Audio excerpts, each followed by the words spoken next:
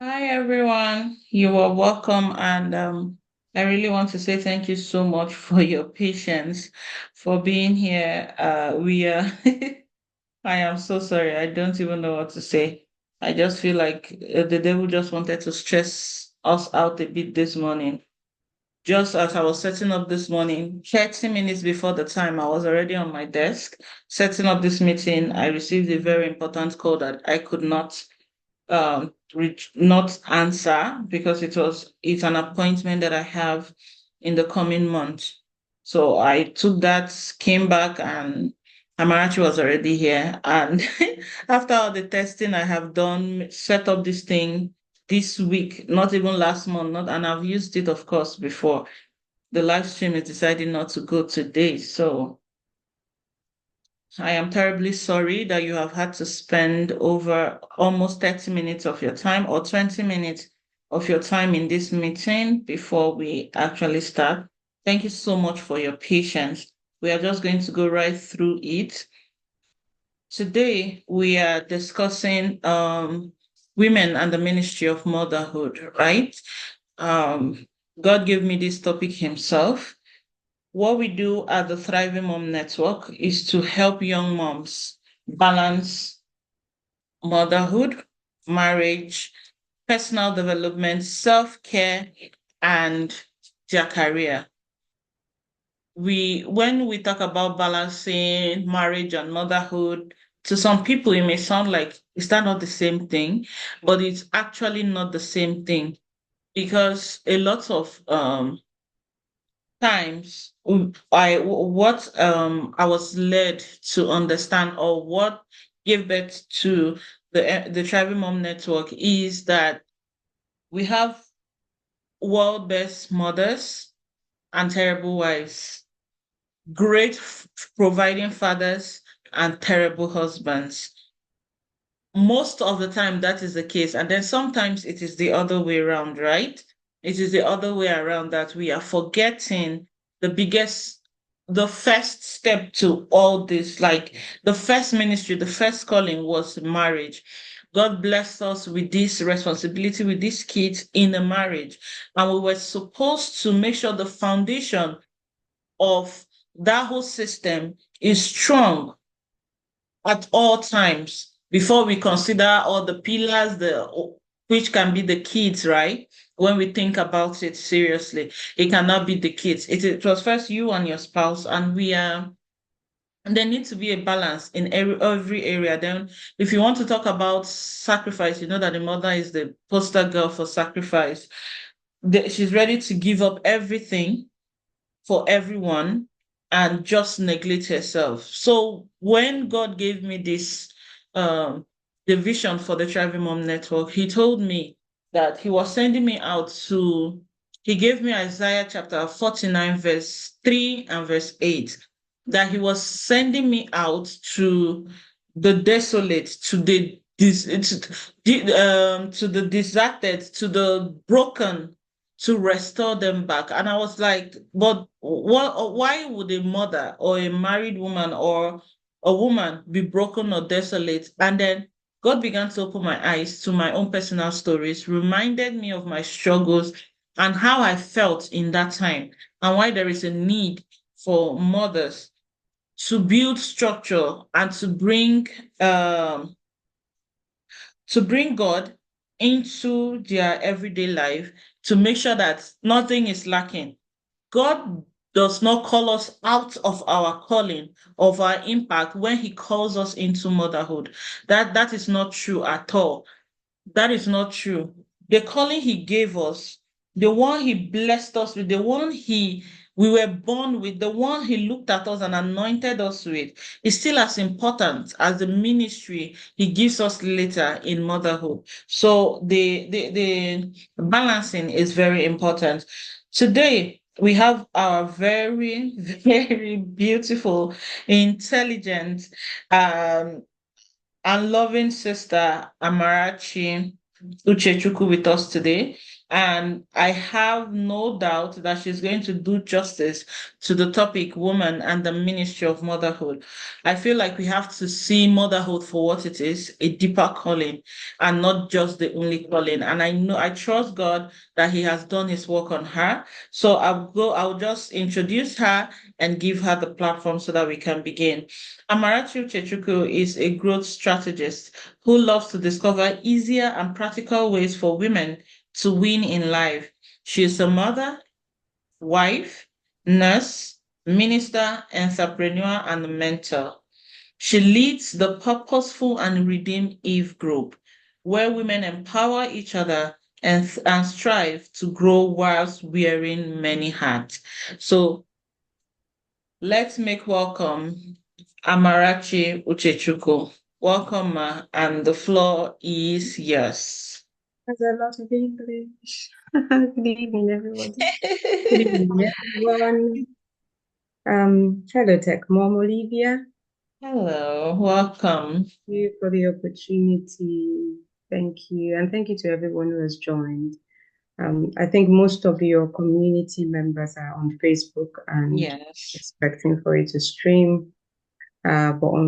Like you've mentioned, we've had that glitch, so we're just going to continue here rather than not allow it to happen at all. Thank you for the opportunity. I had to make sure that, I did makeup. It was because of you, because you're always serving us beautiful faces. Well done, well done on the work. Thank you. I love the Ministry of Women as well, so very much, so very much. Yeah.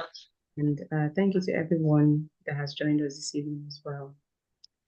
Nabi, Sister Nene, everyone, thank you for joining us. And we're going to go right into it. Women and the ministry of motherhood. It's my prayer this evening that as we hear the things that we hear, it takes us away from the state of complacency right into, getting the job done. Some of the things that we'll hear today would be things that we've probably heard before, but I'm praying that, it comes with a different perspective this time and, we just get to work and start to execute those things that we've been called to do. So the women and the ministry of motherhood is it's a very broad topic. It's a very powerful one. It's a very important one. I've just put in that little sentence underneath, I, the woman, because in the ministry of motherhood for women, we must first of all consider the woman herself. So motherhood, if we were to describe motherhood, it's a keyword, mother, with a suffix. The suffix is the hood, and it literally means the state of being a mother. It's a state of being. It's a season in life. And like everything that is seasonal, it has phases. But it's really important that, we go to the basis of this being, which is the woman, and put a little beam light on her so that we can strengthen her for the role of motherhood. It's important that if you're going to erect a structure for it to stand, you must lay a solid foundation. So we need to, give the right attention to the woman. True success in life, right, is first of all about who you become. It's first of all about who you become, and then you go on to what you can accomplish. So that's why it's important that we, talk about the woman and what she's able to do. There are things that are within our control, there are some that are out of our control as women. The best we can do in life is to focus on the ones that are within our control and not, be stressed about the ones that are out of our control. Why did I say that? Is because there are things that we can do within the time that we have. We don't have control over time and how, the calendar progression. We don't have control over that, but we have control over what we can do within the period of time that we have to grow ourselves as women, to position ourselves properly so that we can go into the ministry of motherhood. So woman has a very huge and significant role. and we cannot afford to do it anyhow. That would be too expensive. It would be a colossal loss. It would be a big loss, and we cannot, just live our lives every day as though we have no one to impact, as though we have it makes no impact on another person. So we need to be very intentional about ourselves because of the significance of our role. We need to be very intentional about ourselves. I don't know if everyone can hear me. Can everyone hear me? I just want to be sure that we are together. Yes, I can hear you. Oh, brilliant. So we're Yeah, going and a to, good way to let you know that we can hear you is to comment. Maybe when we yeah, get, yeah, when you catch a Rema, just comment and she will know that we are following her. We will all like to mute so that we yes, don't distract you. very true, very true. I was beginning to think that I was by myself because of the quietness.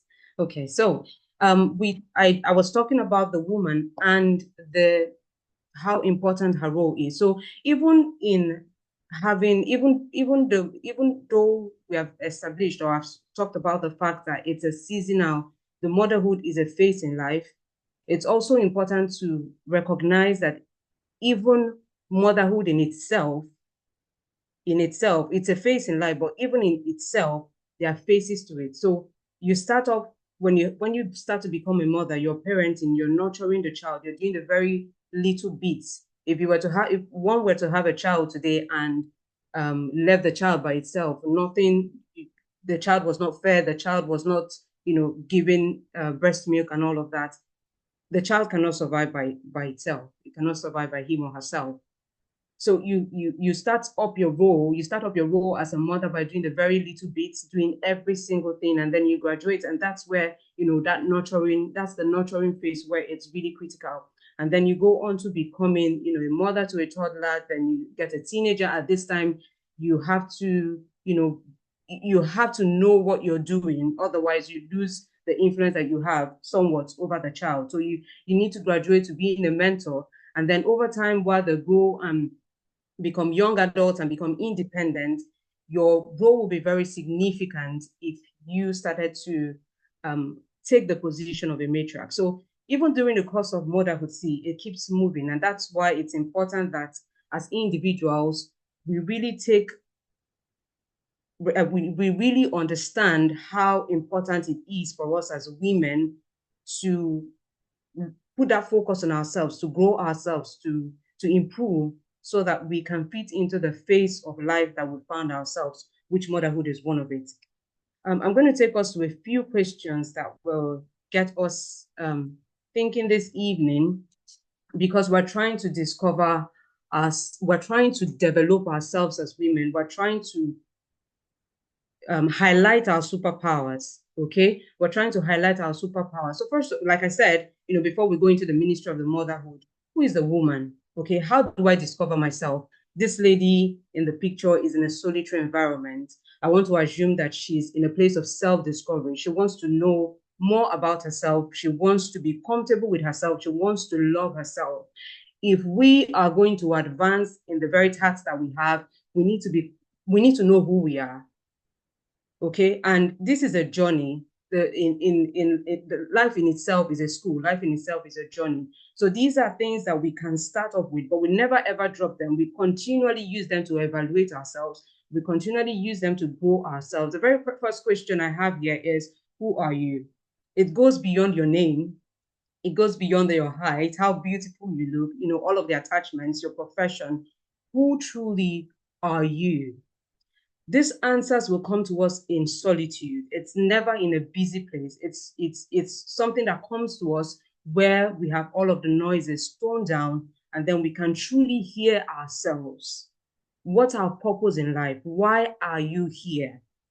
How much do you love yourself? I work in the hospital, and with the patients, they tell you I have pain. You want to assess that pain. You tell them, put it on a scale of 0 to 10, for example. How would you rate your pain? Is 0 meaning no pain and 10 meaning the worst pain ever? So if we were to put our self-love on a scale, if this is the very thing that we take away this evening, it's very significant. If you were to put your self-love on a scale, what would you rate it? Is it 0 no love at all. I abhor myself. There's so many things. In fact, everything about myself is terrible. Or is it 5? I love some, I do not love some. There's so much in fact, I think 50% of the things that are happening to me needs to change for me to start loving myself, the way I actually should. Or are you at the very peak of self-love? It's important that we know ourselves, because this then forms the love we have for ourselves. And when we love ourselves enough, we then are inspired to do things for ourselves. So Tech Mom Olivia was talking about taking part of their mission is, self-care and all of that. It's when you love yourself, you want to take care of yourself. Okay. So it's very important. And the reason we're highlighting this for the woman is the woman wears so many hats. The woman is always busy. It's important that we take out that time, sit with ourselves, get comfortable with the relationship with ourselves, and ask yourself this very important question: who am I? What's my purpose? Why am I here? How much do I love myself? And if you're going to rate yourself on that scale of self-love, you need to be able to prove it. If you're going to put a 5, how did you get to that value of 5? You need to prove that because you need a proper assessment. You need to be very sincere with yourself to be able to help yourself. Okay. And it's also important that you measure it, because if you're going to manage something effectively, you need to be able to measure it. And that's why, in the hospital, we would use that as a tool to be able to manage pain for patients. So if you're going to, manage this self-love, you need to be able to measure it. Okay, so what are your values as a woman? What are your values? What are the things that you totally abhor? I mean, this is a no-no for you. What are the things that drive you on a daily? What are the things that you strive to achieve? You strive to build upon? What are the things that you love as a person?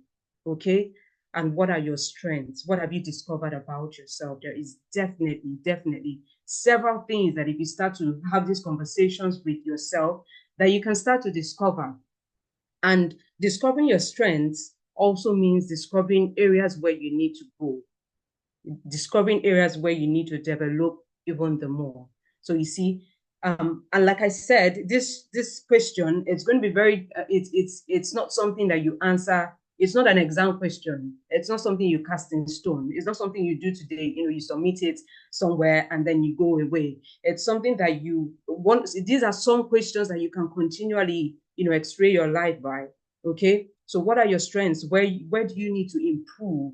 We need to have these honest conversations with ourselves at the different stages of life that we find ourselves. If you like, call it, you get to, you call it the examination, script. Like you get to a new class, you go through, like I said, life is a school in itself. You go through, the curriculum of education, and at the end of the day, like we have in most countries, they give you an examination and you answer. They want to assess you. So look at this as a way you're assessing the lessons of life that you've been through. So what are your goals? What is your vision statement? A very simple, statement that sums up the totality of your purpose in life, the totality of why you're here, the totality of why you exist. The very first, if they wake you up and ask you, that purpose is a strong statement that when you look at it yourself, it inspires you. It's not ambiguous. It's not, representing so many things. It's very, very concise and helps you it helps to set you on the path where you are going. And then do you have a roadmap? Where is it? Is it something that you can visualize? Is it something that can drive you? Does it actually take you to a place, to take you to the place where you're going? So you have to be strategic about it, right? I found myself, these are my strengths, these are my goals. I'm going to employ these things and and allow them to take me to the place where I am going. Because surely there's a reason that we're here, why we're here. Okay. And then when all of these things, when there are bumps in the road, when there are setbacks, like when you're using a map, it can redirect you because there's traffic in an area, isn't it? So when you have met that roadblock, why would you continue? What's the very purpose? What's that thing that would energize you and put you back on track? The woman has to have a proper understanding of herself. The moment you get it, life changes for you. And it doesn't have to be the complete picture, you see. It's just you have an interest to have a relationship with yourself, and you set yourself on that path, and then you start to walk on that in that path, and you find out that as you make your way through that path, you carve out like a little distance, you walk through it, you get to that point, you're able to carve out the next journey, or the next path for yourself. As you do this, you're continuing on the path where you ought to go, you're finding the essence in life, and then because you need to be a complete woman, you need to, not complete woman is a word, you need to be whole for you to execute this mandate of this ministry of womanhood. When I was thinking about it, I thought about a child who is in a mother's womb. Very lovely example. If I had a baby in my womb, I have to be nourished as a mother for me to nourish this child. Okay? So I need to find myself. I need to know myself. I need to know my strengths. I need to know some of these things, and there's much more, but we can start from here. For me to be able to empower the people that I have been sent to, for me to be able to guide the people I've been sent to, right? So I like, us to set this as a to-do task. And like I said, it's not something you do once. So even if you have told this part before, it's a very good exercise for you to go back and just have this relationship with yourself and love yourself the more. When I started to do this, I found myself going unconsciously to the mirror and just looking at myself and say, oh, you're so beautiful. Oh, you're so good. That you just feel good about yourself. It sets you on the right track. It gives you it empowers you for what you want to do. Okay. So it's really important for us as women. It's really important for us as women to recognize the need for this and utilize it. Okay. We are going to the ministry of womanhood, motherhood, I meant to say. But let's look at the capacity of a woman. I want to expand our mindset just a little bit. So you see the grain of corn, we're wondering what it has to do with a woman and capacity. Certainly, a grain of, or a seed of corn is not a woman. Okay, so, but when I was thinking about this was what came to mind, a corn, a grain of corn. And when you look at it, just a single one of it looks very idle. It looks without life. It's unassuming. Okay, but when the Bible says, except a seed of corn falls to the ground, it abides alone. But when you discover that this seed has a potential and you treat it right, you put it in the ground, you give it the right nutrients. The agricultural experts have said that one seed is able to produce 2 to 4 ears of corn, like the stalk or whatever they call it, the corn cob or whatever, 2 to 4 of it. And of course, one of it has several of these seeds. So just one seed, capacity recognized, and then the right step taken, and is able to birth so much more. All of those seeds are inherent. All of those seeds that were birthed are in this one seed of corn. It's about discovery, and it's about the right step. So for a woman, with so many things that we have to do, it's easy for us to forget who we are, forget the capacity that we have within us, and not fully maximize it. So I came across the word Ezah. It's a very interesting one. It has a Hebrew origin, and it simply means a helpmate. But it goes beyond, if we look at it critically, it goes beyond that meaning, the helpmate. So in the Bible, it was first used in Genesis when it was talking about Eve, and Genesis chapter 2, when it was talking about Eve as a helpmate to the man. And in the Old Testament, it occurs like 21 times. 2 of those times, it was used to refer to Eve in Genesis chapter 2. And 3 times, it was used to refer to powerful nations that Israel called onto for help when they were besieged. The nations that Israel called to for help when they were besieged. Ezra, the word was used to, connote that. And then for the rest of the time Ezra was used in the scripture, he was making reference to God as our help. And when you look at it critically, if the word that was used to, signify the help that a woman is able to offer to man, and you look at it with the other examples that same word was used to describe, then you realize that there's so much more in a woman. We are actually a help and a strength to mankind. I mean, we have that capacity in us, just like the corn. So you look at us and we look at one single seed, but we actually have that capacity in us to do so much more. Also, the woman is a wombed man. So we all know the story. I want to believe that every one of us here, we're believers, and we know the story, the creation story. So a wombed man, a woman is also known as a wombed man who, apart from having the image of God, was given the strength and endurance to bring forth, to advance the move of God. So there's so much that God has given us that we need to recognize, because that helps us to answer the question of who we are. That helps us to understand how much we're able, our strengths, how much we're able to do as humans, and how prepared and how much God has put into us to be able to execute the mandate of motherhood. Okay? Are we still together? Okay. I think something was blurring my chart. I can see that there are comments going in. Okay, so let us talk about her strategy. And by this, I mean, we've discovered ourselves, or we have a new insight into ourselves and what we can do and what we can do as a woman.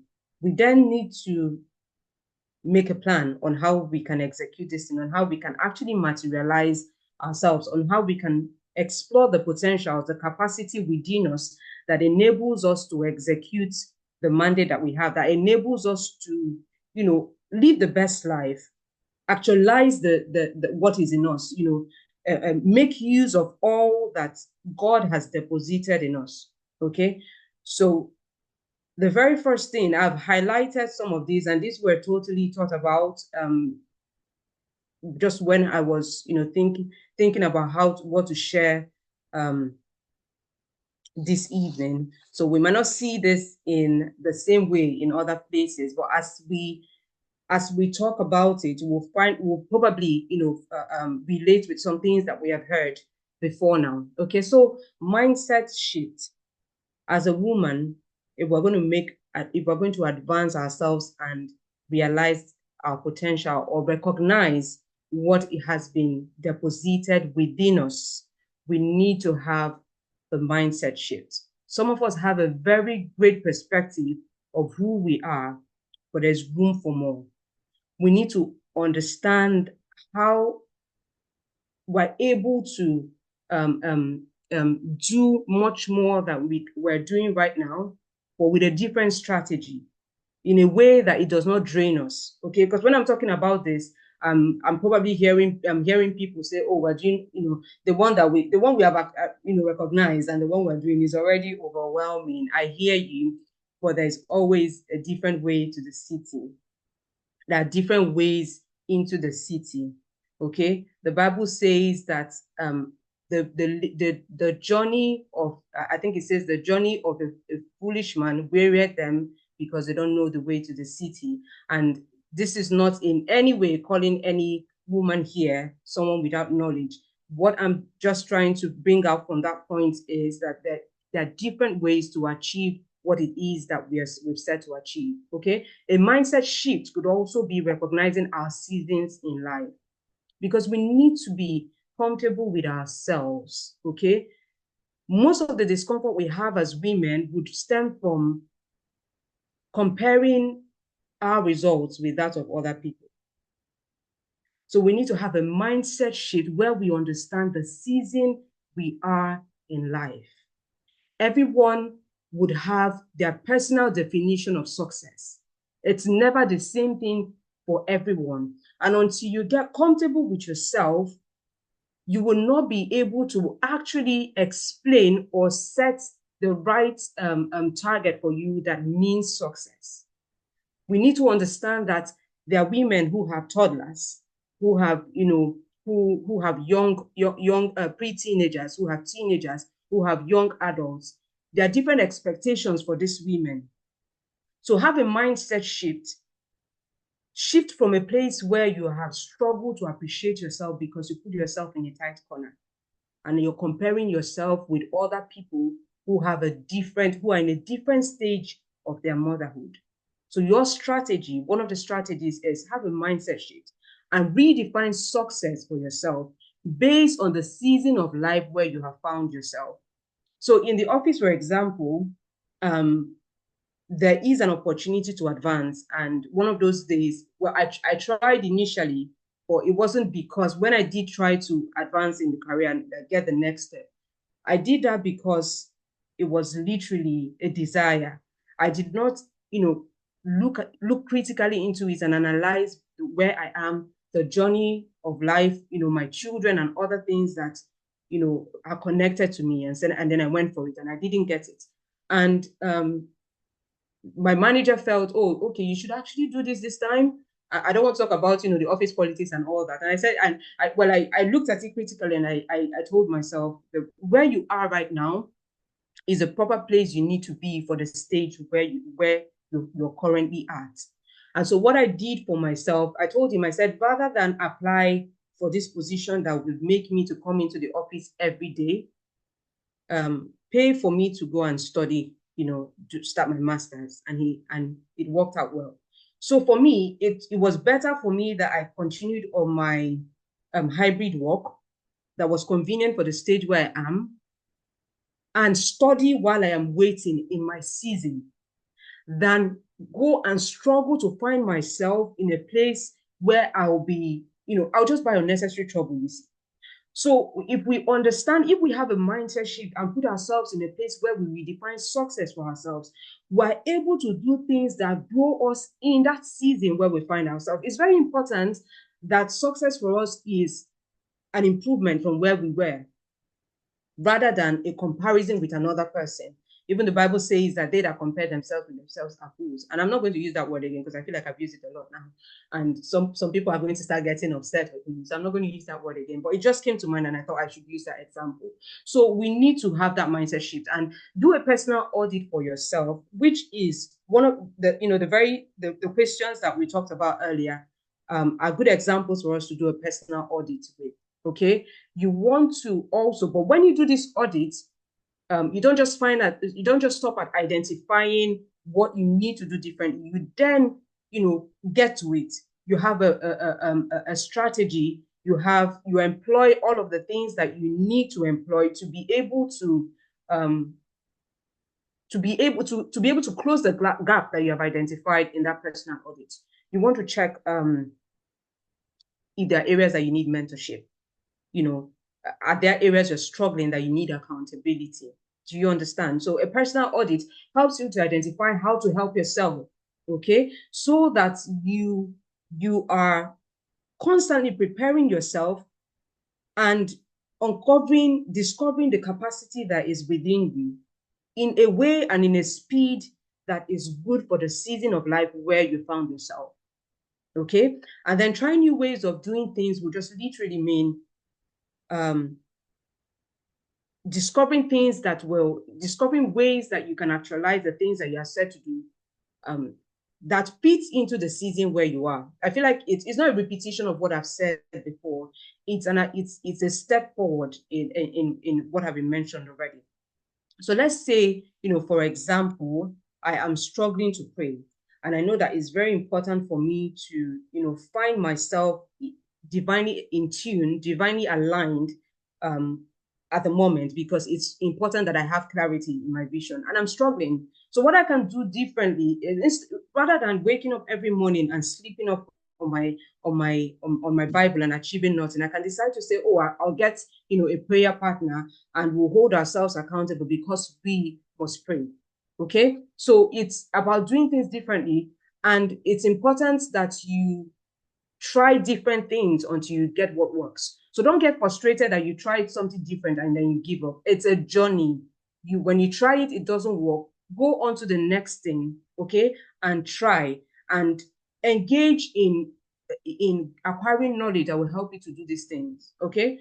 And then there is the place of relationships and connections, very important. And I just mentioned in the previous one, a strategy for a woman. See, for me, this is something that I discovered, and it was a game changer. Women are more powerful when they're with like minds. Okay, if you discover, it's such a gift for you to discover people that are like-minded.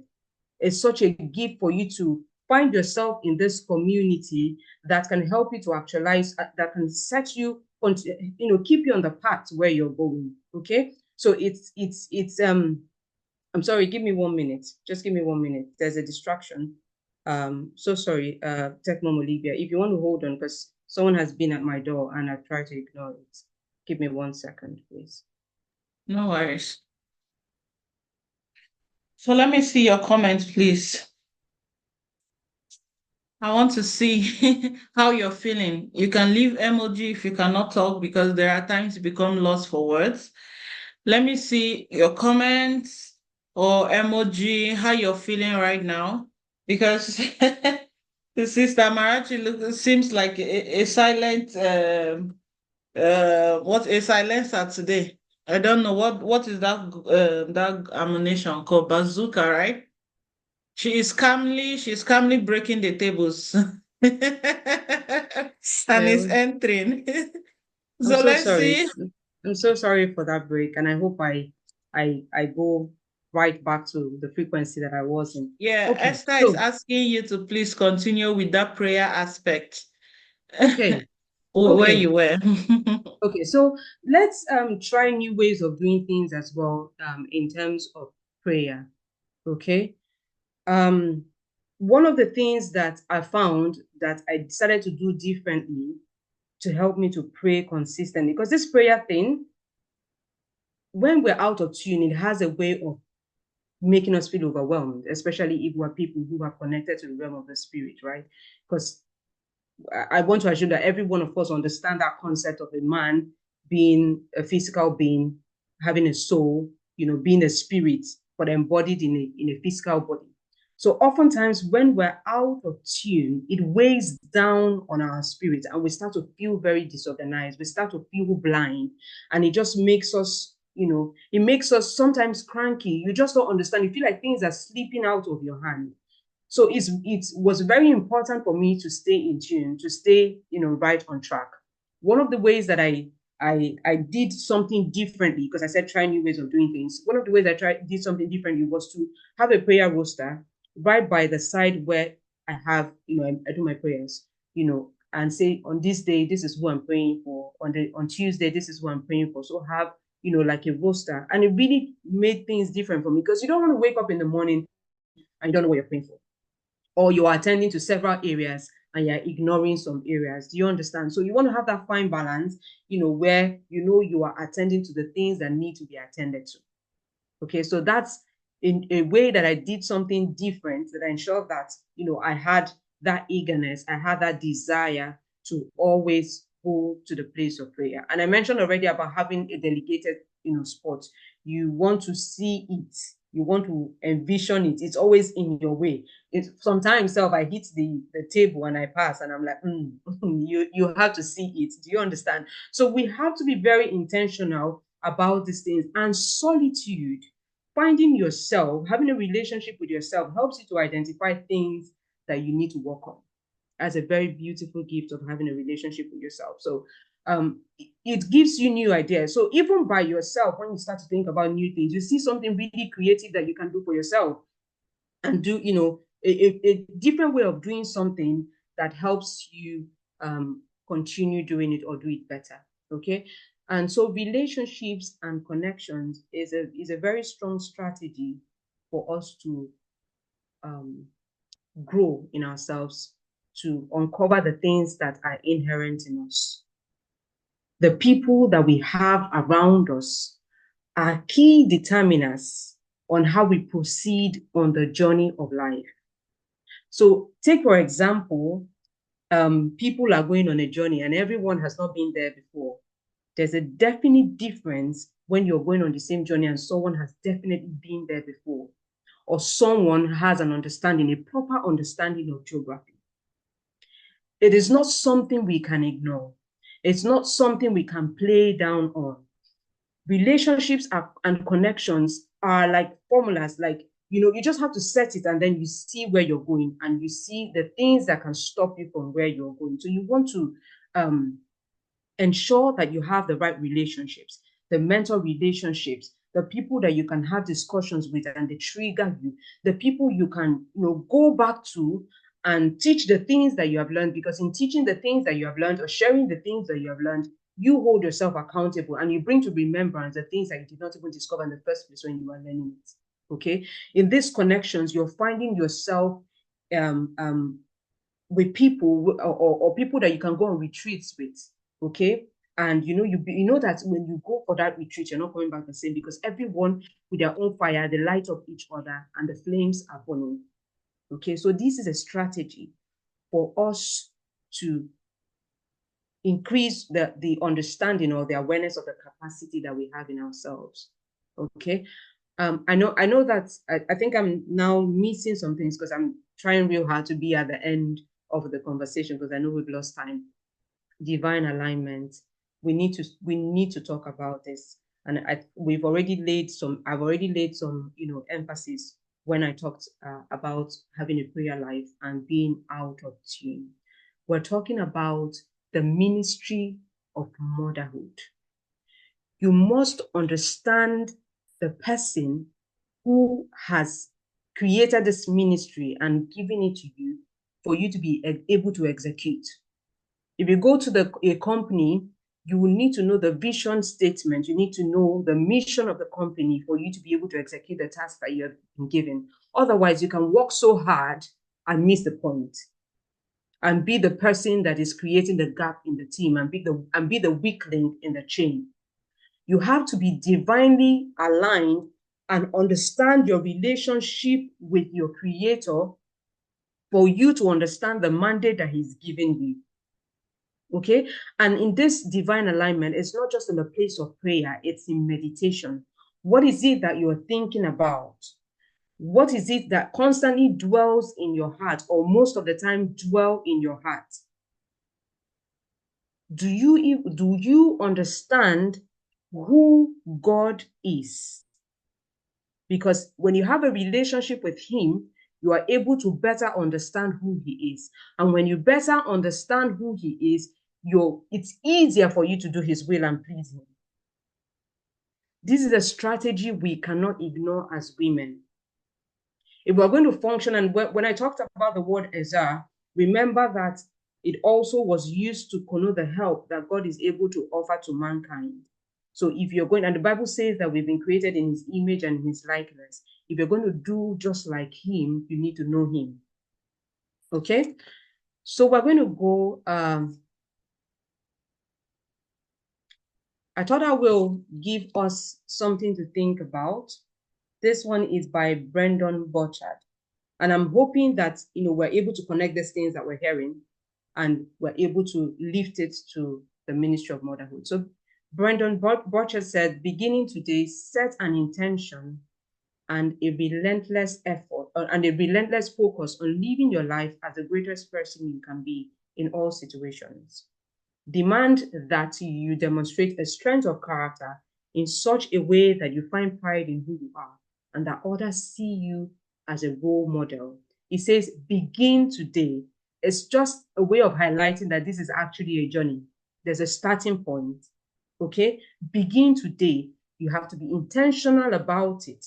You have to have a relentless focus, and that is why you must know your why. You have to have a relentless focus on living your life as the greatest person you can be. You must be able, as if we were to, liken it to the seed of corn, you must be able to bring forth those ears of corn, 2 to 4 of them, because it's in you. It's inherent in you. You have the capacity already. So you need to be able to stir yourself up to be able to live to be the greatest person you can be in all situations. And it reminds me of another word in Bible that says, whether at play or at sleep, I'll do my very best. So this says, in all situations, demand that you demonstrate a strength of character in such a way that you find pride in who you are. You need to look at yourself in the mirror after having discovered, more about yourself, and, find pride, because you see yourself constantly striving The book Atomic Habits by Brian, I think it's Brian Tracy, said as little as 1% change every day, when you leave it over time, compound interest, then you start to see significant difference. One of the reasons, or one reason that people don't often start on the path that they ought to go is because they think they need to go to a gym, start a gym workout today and start to lift 10 kilograms. It doesn't work like that. You need to start with, if there's a 0.5 cell, start with it. Go there consistently, go to the 1, go to the 2, over time, just as much as you can tolerate. That's why people break down, because you go in and you want to lift more than you can, actually actually afford to lift. Okay, so you need to take pride in who you are, but you need to have walked the walk. You need to have gone through the journey of changing or doing something different. Just a 1%, just one single thing. It could be in wanting to be divinely in tune. It could be in just answering one of the questions that we set out today. Just make sure that you're doing something each day that brings you to that place where you can look at yourself in the mirror and find pride in yourself, and you know that definitely people are looking at you and looking up to you as a role model. Okay, because the ministry of motherhood is a big deal. It is a big deal. It's not motherhood.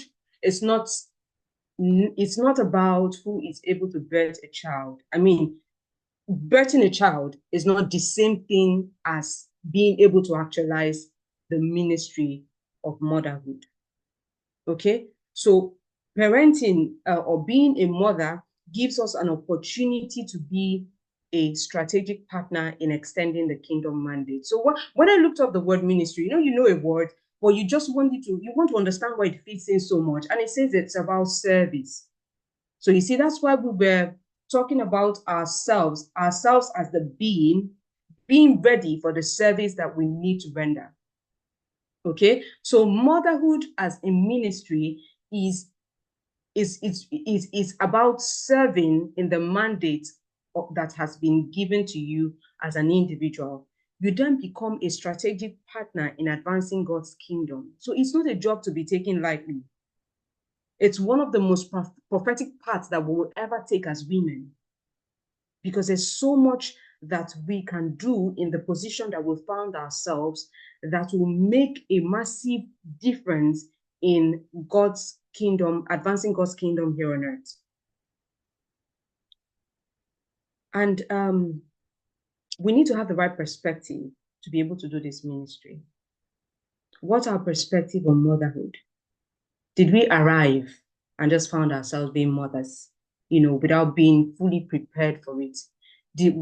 Sometimes the society gives us pressure and everyone is getting married, and the next thing is to have a child, and we didn't really think about it. We didn't prepare for it. We just had the child, and we then start to look at the children that have been given to us as people who have stopped our progress as individuals. And I think I found myself, guilty, saying that, I was advancing as a young person, and they came and they're slowing down things. You look at them, sometimes we make statements that it seems to them as though they are not needed. Sometimes, we softly put it in when we are living our day-to-day life and we're wanting to execute, other things in life. We put them on the background, put them at the back burner because we think that they are necessary evil.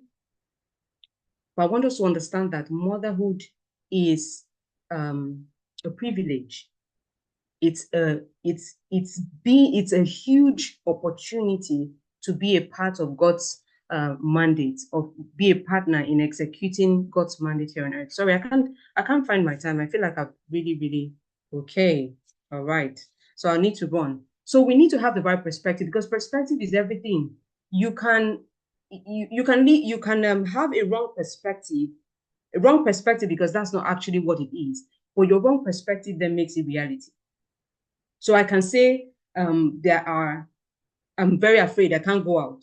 there are dogs that can bite. I'll put myself in here and stop myself from going on, because that's the perspective I have, that there's danger out there, I can't go out. And so it becomes my reality. So we need to have the right perspective to motherhood so that we can actually do the ministry and do it properly.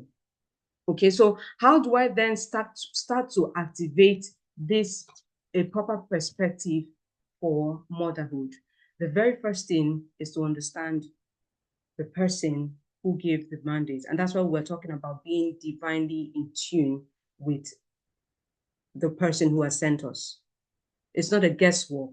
It's something that has been structured. It's something that has been, planned from the beginning. Psalms 127 verse 3 says, children are God's love gift. He gifted them to us as a plan for them. And that's why so we need to have, when we want to have a proper perspective, we need to go back to the person who's given us this gift and ask him, what do you want me to do with this? Okay. And we need to have, with that right mindset, we can then be open to the instructions that we're going to receive and know what next to do so that we can do the job properly. Okay. So because of time, we're going to run motherhood mandate. Remember that we are partners in it's a ministry. Ministry is about service. Ministry is a commitment. Okay? And there are mandates that have been given to us as mothers that we cannot fail. We cannot afford to fail. The life, the future of the next generation have been committed to each and everyone who has that amazing role of a mother. If we fail, generations will fail. It is not just about the person, that individual that we are a mother to. It's about the other generations. They have the men, they have the seed in their loins. There's so much at stake that we cannot afford to do it anyhow. And that's why we need to get an understanding of that mandate so that we can execute it just the way it ought to be executed. And again, I was just thinking about this and I came up with these words that you probably not see, anywhere. I will try to explain it. Please ignore the spelling of visioner. I was not going to change that because it meant going back, editing it, downloading it again. And I said, enjoy the spelling. Okay. So the very first one is being a gatekeeper. As a mother, gatekeeping is significant. It is important because we are the ones that will determine what goes in and what comes out. We are responsible for guarding and protecting the entrance of the lives of our children. We're not talking about physical gates, we're talking about spiritual gates. It is a known truth. It is a fact that life is not just what you can see. There's a spiritual, there's a physical part. While they have been given to us as responsibility, and especially while they're still very young, we have a huge responsibility to man these gates and ensure that it is only the things that ought to be in there that are there. It's not just about physical gates. It extends to, what is in their hearts and in their minds. We're doing not just a physical job, we're doing the spiritual job of gatekeeping. We need to help them to stand firm in faith, receive the things that will help them stand firm in faith. We need to help them to receive things that will be that will help them to guard their hearts. We need to help them to, mind gates that will help them to be grounded in who they are and have an understanding of what it is that they're on earth for. It's very important that we set our children, keep them in that bubble for as long as possible so that they're able to, come to a place of maturity before the world starts to hunt them. When we see our children, our mandate as mothers is to be able to understand what it is that they've been called to do. What is God's vision for their lives? We can seek God's face in the place of prayer and say, what is it that you have sent this one to do, so that I can set him on that path? It makes their life so easy, because by the time they then recognize themselves, they are already in that path of grace, because what they have been called to do already has grace written all over it. So they are in that path, and they don't just start discovering it at the age of 28 or 45. They're already on that path, and they're thriving in it. We're also a prophet over them. We're speaking God's instruction to them. We're getting instructions from God. We're giving it to them. We're teaching them. We're teaching their hearts. we're instructing them on the right path. And then we're also their shepherds. If we think about the image of a shepherd, it conveys the idea of a caretaker, a leader, someone who takes responsibility for the welfare of our children, if we consider it in the context of motherhood. So it represents someone who has guidance, and that's why we need to prepare ourselves, because you need to know who you are to be able to guide someone else, isn't it? You need to know who you are to be able to guide someone else. You need to have discovered yourself well enough to be able to lead someone on the path of self-discovery. So this is not in any way saying that we must insist that our children follow a certain path. It's that just the way you discovered yourself, you're able to lead them towards that path so that they can discover themselves. A lot of the struggles we have is that we had to become full-grown adults before we started this journey. And so, it's a little hard for us. And so we're juggling so many things. If we started to find ourselves even before we entered into the stage of motherhood, it would have made the job so easy that we just flow into it, because we already expect that we're getting into motherhood. So we're preparing for it ahead of time. Do you understand? So we want to put our children in a place where they're advantaged and not disadvantaged. Now that's a mandate. That's something you've been called to do. You stay on your knees, you get the instructions, you get clarity, and you bring it to them. And when you bring it to them, it's because you're sure it's been given to you. So it's not a guesswork. You're definitely sure that this is what they ought to be doing. And then you're a nurturer. And I just really love this very innocent picture of a plant that is, coming up, and it needs to be really guarded so that it is not destroyed. So I think we're nearly there. We would have overshot our time, but I really love this quote by Chimamanda Ngozi Adichie that says, "Be a full person," and that's what I was talking about. Knowing yourself, falling in love with yourself, understanding your strengths, your weakness, just self-awareness. Motherhood is a glorious gift, but do not define yourself solely by motherhood. Motherhood is much more than, and that's what I was talking about, it being just a state. It's not the person in itself. We need to focus on the person so that they can execute the role of motherhood properly. So be a full person, and that will benefit your child. That will put your child in a place of advantage, and set them to be properly positioned in the world and win. Okay, we're almost there, and it says Howard Hunter says motherhood is near to divinity. It's the highest, the holiest service to be assumed by mankind. Motherhood is not an afterthought and shouldn't be, even in our daily activities. See, I've talked about knowing yourself, finding yourself, loving yourself. Yes, but there is also the priority of being a mother. All of these things can actually be done with proper planning. You see, you schedule, you properly plan, and everything will fit in its place. And please be patient with the journey of growth. If you already started on it, be very patient with the journey of growth. You never see your child growing, but you keep changing the clothes because they are growing.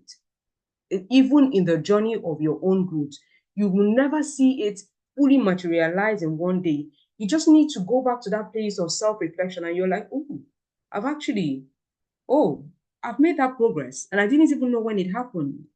Okay, so motherhood is near to divinity. It is the highest, holiest service to be assumed by mankind. We cannot play with it. And that's why we must go and find out who we are so that we don't lead our children blindly. It's the highest calling, and we must accord it the right attention, we must do the work that is expected for it so that we can do the job properly. We can no longer leave our children to be parented by the screen. Day in, day out, we're hearing of the various things, what's it called? The danger of in the information that is being shared. Because it's a high calling, because it's a holy service, we must find a way to do it properly so that when an account is required of us, we will be proud to explain what it is that we have done. Having found ourselves, we'll be able to find the path for our children. We'll be able to execute the ministry of motherhood, empowered by God Himself, who has given that assignment. I think we'll finish here now, because thank you. I tried to rush over it because I was very aware that we were short of time, but thank you so much for paying attention. And I do hope that not just have we heard some of the things, some new things, we might have also heard some things that we're already aware of, but we want to have a different perspective and work with what it is we have heard. Tech Mom, over to you. Big mom, huh? What am I supposed to say now like this? Oh my God. Wow. I've been struggling to write. I've been struggling to comment so that anybody that is not catching this point can also quickly catch them. Oh, thank you. Thank you so much for um let me stop this thing that is making me echo.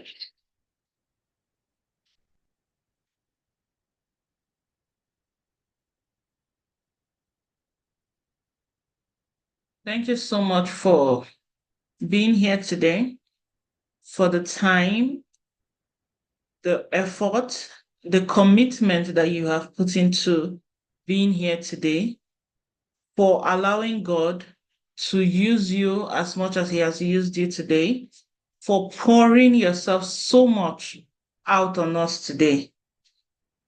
I do not think there's anybody in this meeting that would say they have not got something.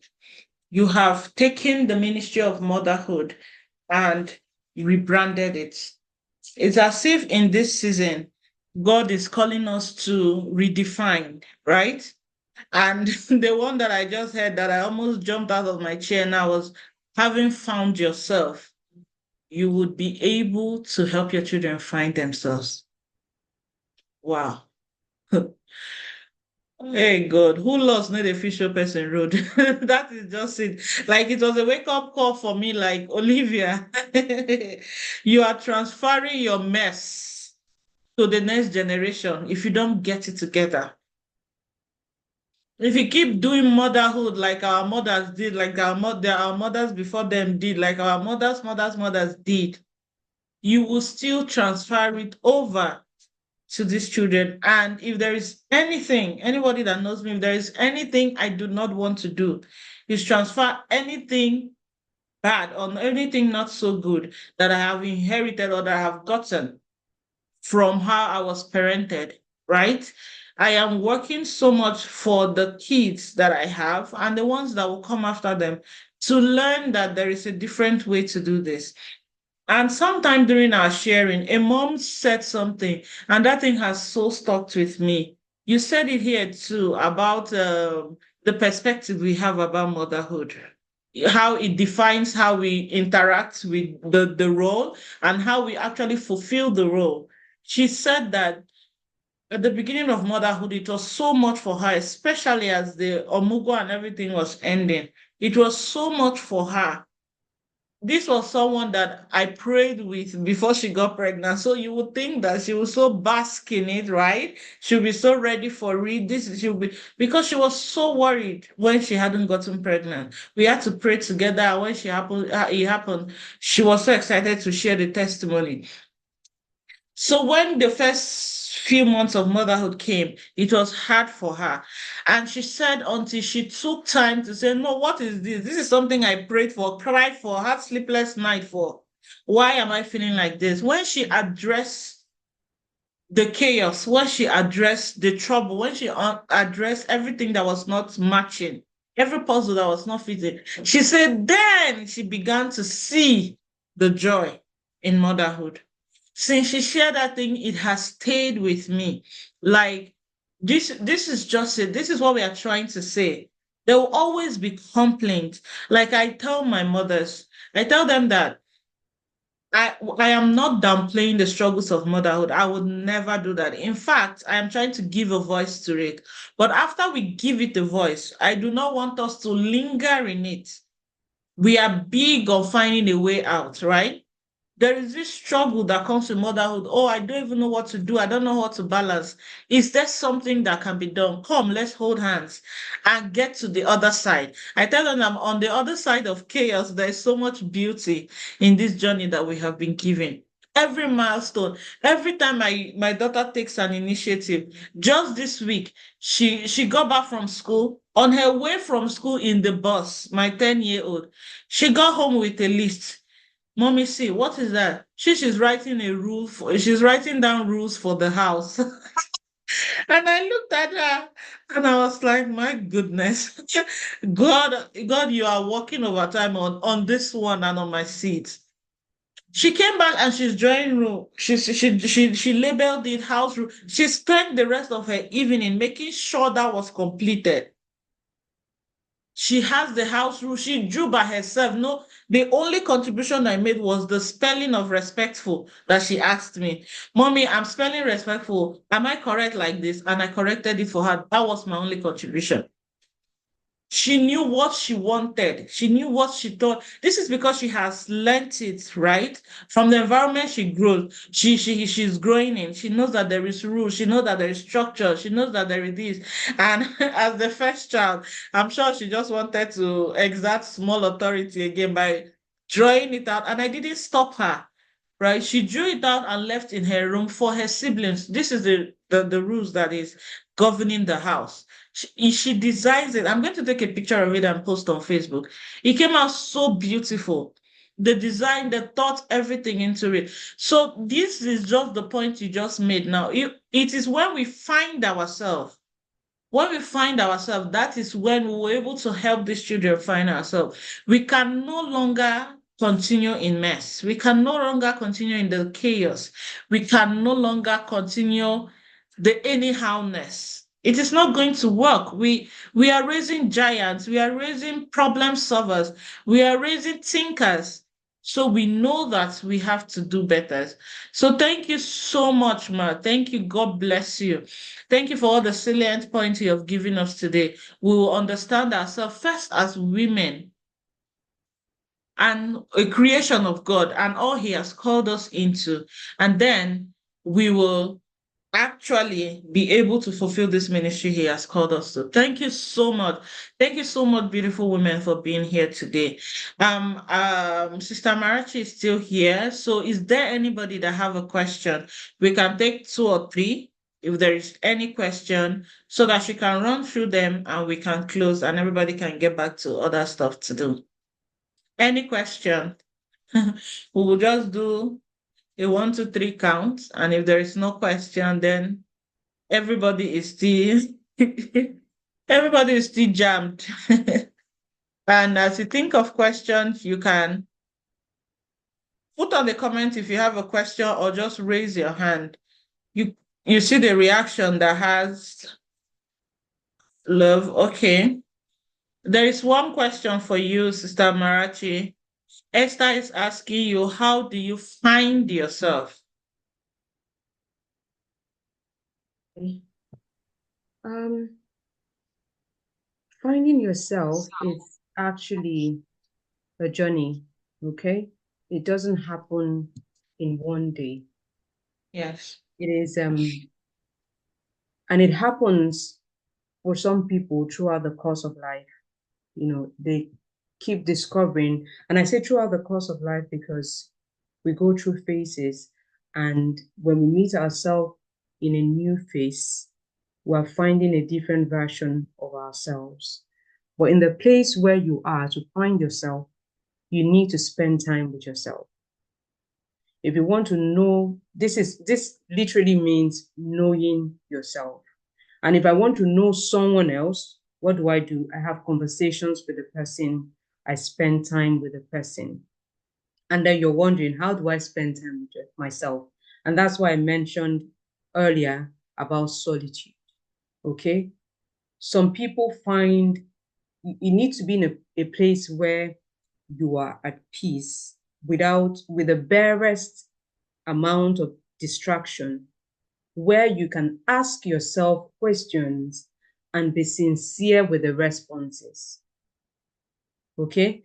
There are environments that, like a walk in nature, like a walk in a just an open field where you can't exactly, get distracted by the painting on a wall or something. Those are more natural things, the things you find like in a park or in a natural place around the beachside or wherever you find serenity. Those natural things actually can be tools to your responses much more than they can be distractions, if you understand what I mean. So you're seeing, for example, you're seeing, the beautiful ocean, how blue it is. And rather than it being a distraction, you're thinking, hold on, how did God create such beauty and hold it back?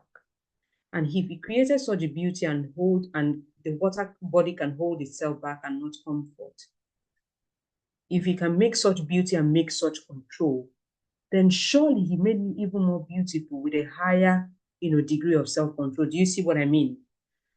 If you were to find yourself in a place that there's so much, I'm sitting in my sitting room now, I'm seeing the mirror, I'm seeing the television, they are man-made, they are inspirations from a man, so they are more complex. It's like if I were to give an example, like having a fruit and having food that has been processed. There's something more natural about the food that makes it easier to digest. Does it make sense? Than something that is complex that takes a while to break down. So a walk in the nature, for example, and that's an environment where you can find yourself. That's not the finding of yourself. So a walk in the nature, just allows your mind to be free and explore so that in finding the person who made you, you find yourself. So you also, you can also, now I'm still talking about the environment. It can also be, like you're playing a steady stream of music that do not have words to it. So like instrumentals that just gives you a steady flow. Okay. That cuts out, it seems to like cut out interruptions and allows you just flow in your thoughts. It has to be, finding yourself has to be done in a place of serenity. That's what I'm trying to establish. Okay. And in finding yourself, when you create the right environment, in finding yourself, you need to be able to ask yourself questions and you need to be able to answer yourself sincerely. You might need like a journal, to reflect on the things that have happened. Say you start from the day's event and then you proceed from the previous day if you haven't made a practice of journaling. So you just, in those activities, you're thinking about how did I react when this happened, when there was a trigger of anger? How did I express myself when I felt happy? Why did I hold myself back? And then it links you to the very things that will help you to find out why you acted the way you acted. Because for every human being, our reactions have been premeditated. They are influenced by the experiences we've seen in life. Do you understand? And in finding yourself, you must be very patient.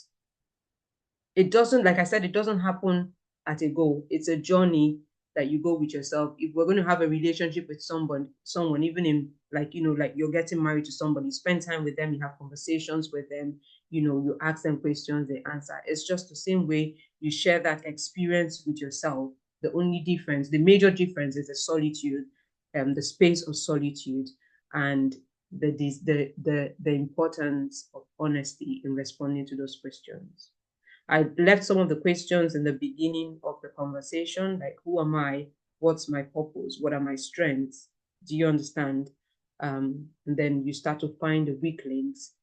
That is then, when you're trying to find solutions. But in all of those questions, you can discover more who you are.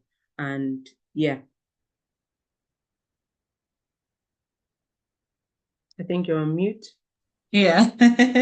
Thank you. Thank you so much. It is Hopefully our that prayer answers. today that as God has used you to water us, as God has used you to open a new horizon for us, as God has used you to open us up to new ideas and new strategies and new ways to do this thing called motherhood and go through this life fulfilling all that he has called us to, that he will continually water you and supply you in every aspect of your life in Jesus' name. Amen. Thank you so much.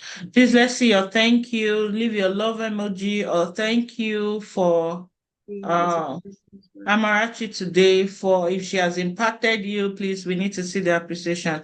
Thank you so much, Ma. It has been a wonderful outing. And just a side note, we almost towards the end, we were finally able, because I did not want to give up, able to stream live stream only to Facebook.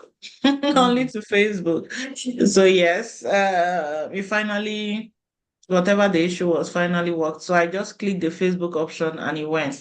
So whether that issue was with YouTube, maybe we will look at it again to say thank you so much, ma, for being here. Thank you, everyone. Esther, that have been here from the beginning. Chinenye, thank you guys. Oh, we have two Chinenye here today. Thank you, Gloria. Thank you. Must not miss anybody. We have two Esther's, two Chinenye. Just thank you guys. Thank you so much for being here today. Thank you for being a part of this meeting and everyone who came but have had to leave. Thank you so much. There's recording, so I'll try to get it done and send to Amarachi. She will share with her community, and I'll also share with our community. Nobody should miss this message today. There is a rewiring that is happening, and it has to start from all of us. Thank you so much, Ma. God bless you.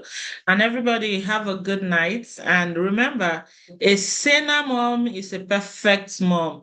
Don't worry yourself about collecting the best mom of the year award. Once you are sane, everything else falls into place. And there is so much more on the other side of chaos. So see you soon on the other side of chaos, where there is calm, where there's clarity, and where everything just flows, right? So see you soon, and remember that I love you, and you can do one thing for yourself this week. This weekend, we're already in the weekend, so it's a good time to go. This weekend that makes you feel good about yourself. So thank you so much, and God bless you. Enjoy the rest of your evening and the rest of the weekend. Bye bye.